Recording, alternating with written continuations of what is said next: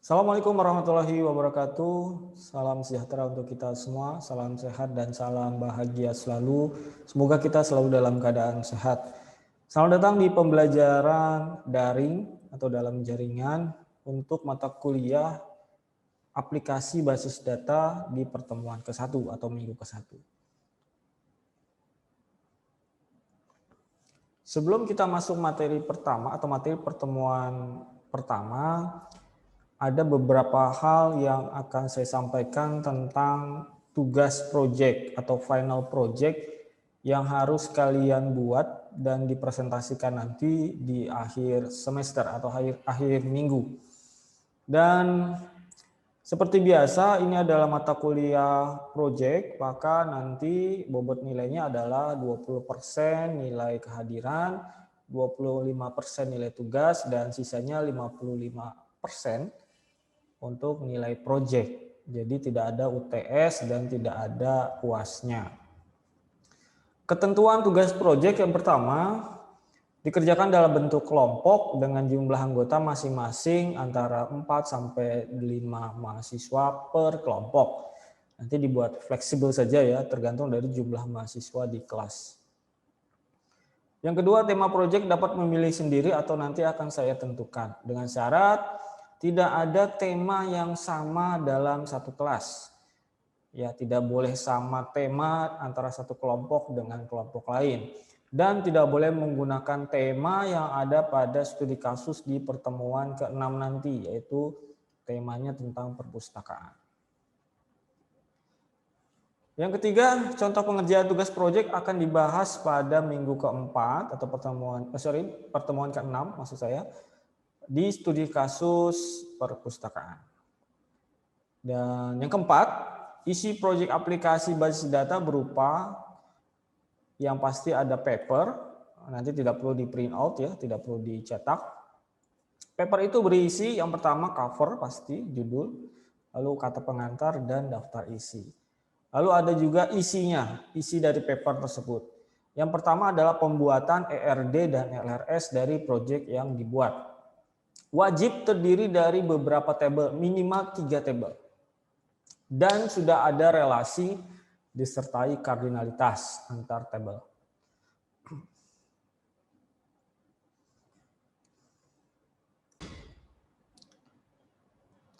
Selanjutnya yaitu pembuatan spesifikasi file atau spec file atau struktur tabel dari proyek yang dibuat ya.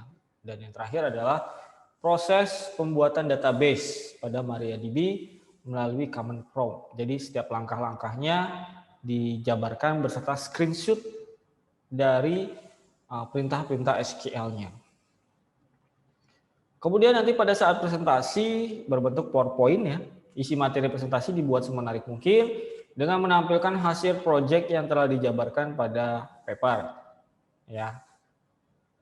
Presentasi proyek aplikasi basis data dapat dilakukan nanti di minggu ke-13, 14, dan 15. Oke, kita masuk ke materi database ya. Apa itu database? Database atau basis data dapat dibayangkan seperti sebuah lemari arsip gitu ya. Jadi mungkin teman-teman pernah lihat di kantor ada lemari yang isinya berkas-berkas. Nah, itu lemari arsip ya. Jadi tempat untuk menyimpan dokumen, arsip, baik dokumen penting perusahaan atau dokumen lainnya yang berbagai macam ya. Dan ketika kita ingin mencari dokumen atau mencari informasi data dari arsip tersebut, kalau tidak kita menggunakan database maka pasti akan sulit, apalagi kalau dokumennya banyak atau arsipnya banyak. Ya. Jadi prinsip utama basis data itu adalah mengatur data atau mengatur arsip. Supaya apa? Tujuannya adalah untuk kita mudah dalam pengambilan data dan cepat juga dalam pengambilan data. Seperti itu. Jadi kalau kita masih pakai manual, masih pakai lemari arsip, apalagi datanya sangat banyak gitu ya, ratusan, maka pasti akan memakan waktu dalam hal pencarian. Ada juga istilah lainnya adalah DBMS atau Database Management System atau sistem basis data yang merupakan perpaduan antara database dan sistem basis data. Oke, lanjut ke hierarki database. Di sini ada 5 hierarki database. Yang paling bawah ada karakter. Karakter itu adalah kumpulan dari huruf, angka, dan karakter khusus ya. Di atasnya ada field atau atribut. Kalau di database disebutnya field, kalau di IRD disebutnya atribut. Di atasnya lagi nomor 3 adalah record atau tuple kalau di IRD, kalau di database disebutnya record. Yang keempat adalah table atau entity kalau di IRD, dan yang paling atas adalah database. Kita jelaskan satu persatu hierarki database. Karakter merupakan bagian terkecil dalam database. Isinya berupa karakter numerik, bisa angka dan juga huruf ya, atau karakter-karakter khusus gitu ya. Yang kedua adalah field atau atribut. Merupakan bagian dari record yang menunjukkan suatu item data yang sejenis. Biasanya field ini berbentuk kolom. Ya, kolom. Dia sejenis artinya dia sama tipe datanya. Tipe datanya sama. Contohnya di tabel mahasiswa pasti ada field name, ada field nama, ada field program studi, dan lain sebagainya. Yang ketiga adalah record atau tuple, ya, merupakan kumpulan dari data value dari atribut yang berkaitan sehingga dapat menjelaskan sebuah entity secara lengkap. Nah, biasanya record ini dia dalam bentuk baris ya. Misalkan kalau tadi field itu dalam bentuk kolom, sedangkan record itu dalam bentuk baris ya. Isi dari data mahasiswa dari mulai NIM-nya, namanya, program studinya, dan lain sebagainya. Contohnya itu. Yang keempat adalah table. Table merupakan sesuatu yang dapat diidentifikasi dari suatu sistem database. Ya. Jadi field tadi, lalu record, dia itu adalah isi dari sebuah table. Ya. Jadi di table itu pasti ada field, ada record, dan ada karakternya. Sedangkan terakhir database adalah kumpulan dari table-table. Jadi beberapa table yang saling berrelasi. Ya, jadi harus saling berrelasi, dia berhubungan. Ya, ada kardinalitasnya, one to one to many atau many to many. Ini contohnya ya. Contohnya ini database namanya mahasiswa_bsi, nama tabelnya mahasiswa. Dan ini adalah field ya, kolom ya bentuknya. Ini nama, alamat ya, ini field. Kemudian yang ini adalah record, berbentuk baris ya. Record 1, record 2, record 3. Jadi ada 3 field, ada 3 record. Ya, biasanya recordnya udah banyak nih ya datanya. Record itu bisa disebut sebagai value atau data. Oke, kita lanjut ke instalasi SAM. Untuk pembelajaran pada mata kuliah aplikasi berbasis data ini, kita menggunakan software SAM. Ya, software untuk menjalankan database atau menghubungkan database. Untuk lebih lanjut mengenai berbagai produk SAM bisa dikunjungi situs yang ada di slide halaman 11 ya, www.apachefriends.org/index.html. SAM merupakan suatu tools atau software yang bersifat open source ya. Dan sudah tersedia dalam berbagai platform seperti Windows ataupun Linux. Ya, jadi kalau kalian pakai OS-nya Linux juga sudah bisa ini buka pakai SAM. Versi SAM yang digunakan untuk mata kuliah ini minimal yang versi 5 ya. 5 berapa aja? Contohnya 563.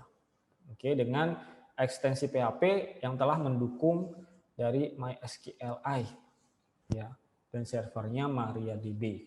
Kalau yang versi 5 ke bawah itu yang masih MySQL. Ya, jadi pakainya yang versi 5 ke atas. Kalian bisa unduh ini ya di webnya ya di apachefriends.org atau nanti link yang saya berikan.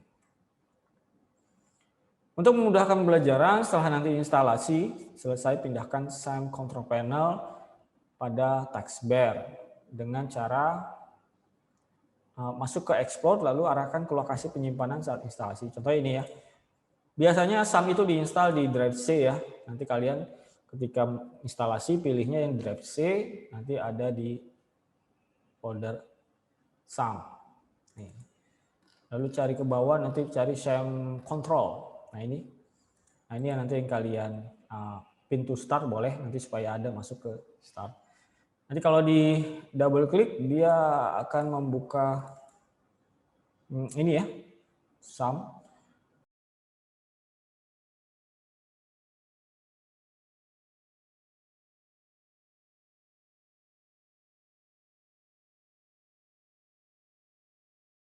Nah, ketika kita sudah buka SAM control panel ini nanti dua hal yang harus di start. Ini adalah yang Apache dan MySQL. Ini sebelumnya kondisinya seperti ini ya. Ini kalau tombol yang start berarti kondisinya belum jalan nih atau belum aktif. Maka kita harus klik tombol startnya, maka dia berubah jadi stop.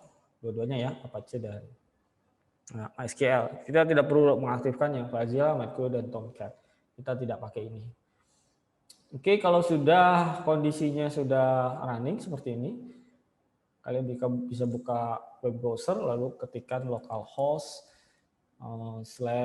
/dashboard ya, localhost /dashboard. Ini harus sudah running dulu ya. Kemudian enter. Oke. Udah aktif ya. Kalau kita mau masuk ke database-nya berarti php-myadmin. Nah, sorry, kok nggak masuk ya? Host.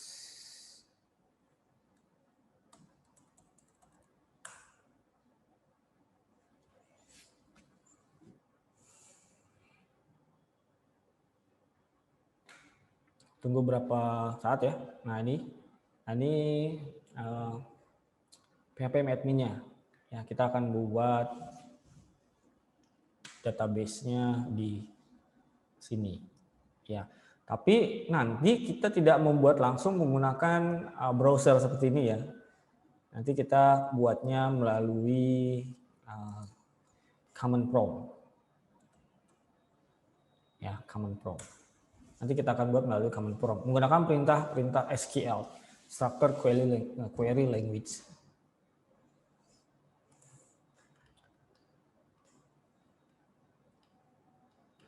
Oke, ya ini yang tadi ya, yang SAM-nya. Itu materi dari aplikasi basis data pertemuan 1. Silahkan dipersiapkan SAM control panel-nya, diinstal. Nanti minggu kedua kita sudah mulai masuk ke materi untuk pembuatan database ya. Coba kita lihat aplikasi basis data pertemuan 2. Ini dia, mengenal MySQL, mengenal MariaDB, menggunakan command prompt. Nanti kita membuat database menggunakan command prompt. Ya, seperti ini. Oke, sekian materi dari saya pertemuan 1. Terima kasih atas perhatiannya. Semoga dapat dipahami. Tetap semangat, tetap mematuhi protokol kesehatan, jaga kesehatan. Wassalamualaikum warahmatullahi wabarakatuh.